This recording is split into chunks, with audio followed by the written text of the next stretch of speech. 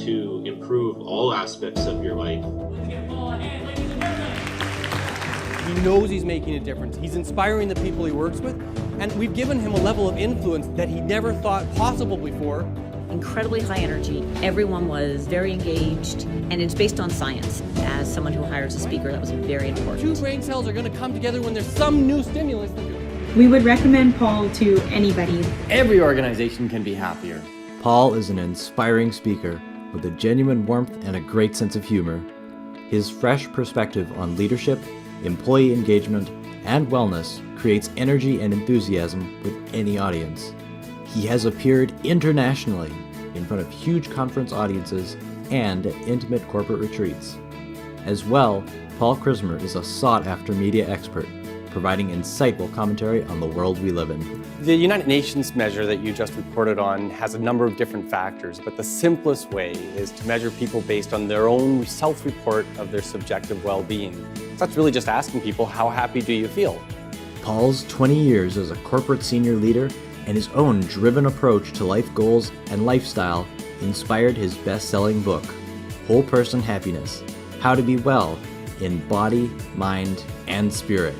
As we do more and more of the same thing, our brains get stronger and stronger at doing them. Now, the reason why I've told you all this is because if we can automate positive emotions into our lives, then we get that success that I talked about earlier.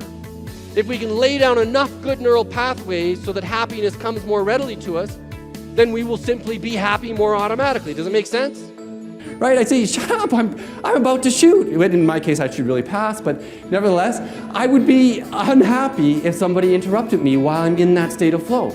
I'm always my own laboratory. So as soon as I read this 4 or 5 years ago, I started doing it, of course.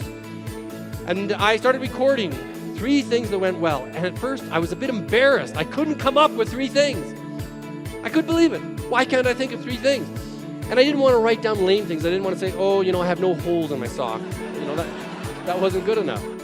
We don't get tons of learning from positive things. It's the negative stuff we get a ton of learning from. So scientists have contemplated this question of how much positivity do we need to offset our negativity bias? Can you see how quickly this turned around? How impactful this was?